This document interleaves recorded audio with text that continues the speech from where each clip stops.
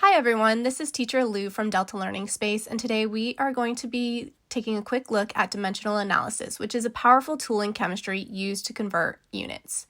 And dimensional analysis is a method that uses conversion factors to move between different units of measurement.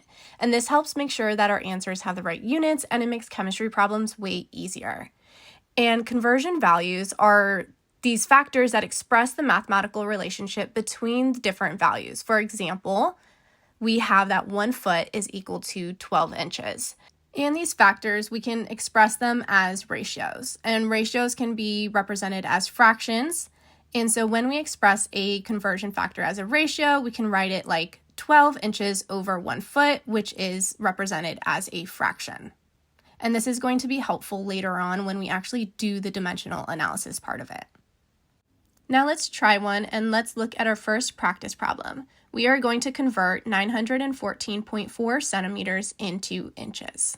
We are also given a conversion factor telling us that 1 inch is equal to 2.54 centimeters. And when we do this, we want to make sure that we have a consistent setup because this will work no matter what the dimensional analysis is. And I will always put my given first. So given, I have 914.4 centimeters. Now that I have my given written, I'm just reviewing that I'm going from centimeters to inches. I need to write a multiplication sign, and then I am going to write a fraction line. And in order to cancel out my centimeters and get into inches, I have to find a way to cancel that out. And the only way that is going to happen is if that unit is on bottom. And I'm going to write the centimeters on bottom and the inch on top.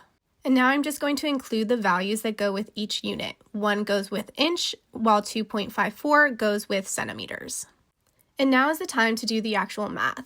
And in this setup, I'm going to have 914.4 centimeters, and I'm multiplying it by 1 inch over 2.54 centimeters.